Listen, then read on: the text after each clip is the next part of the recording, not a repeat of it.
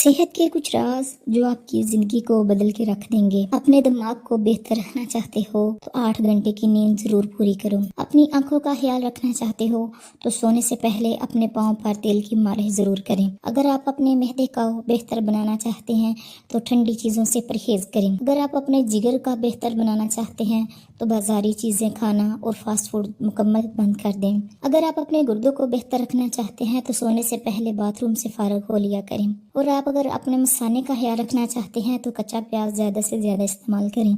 अगर आप अपने गले का ख्याल रखना चाहते हैं तो खाने में काली मिर्च का इस्तेमाल सबसे ज्यादा करें। और अगर आप अपने फेफड़ों का ख्याल रखना चाहते हैं तो तंबाकू नोशी बिल्कुल बंद कर दें। और अगर आप अपनी नाक का ख्याल रखना चाहते हैं तो पुदीने का इस्तेमाल ज्यादा से ज्यादा करें। अगर आप अपने दिल को तंदुरुस्त रखना चाहते हैं तो नमक और चिकनाई का इस्तेमाल कम से कम करें। और अगर आप अपने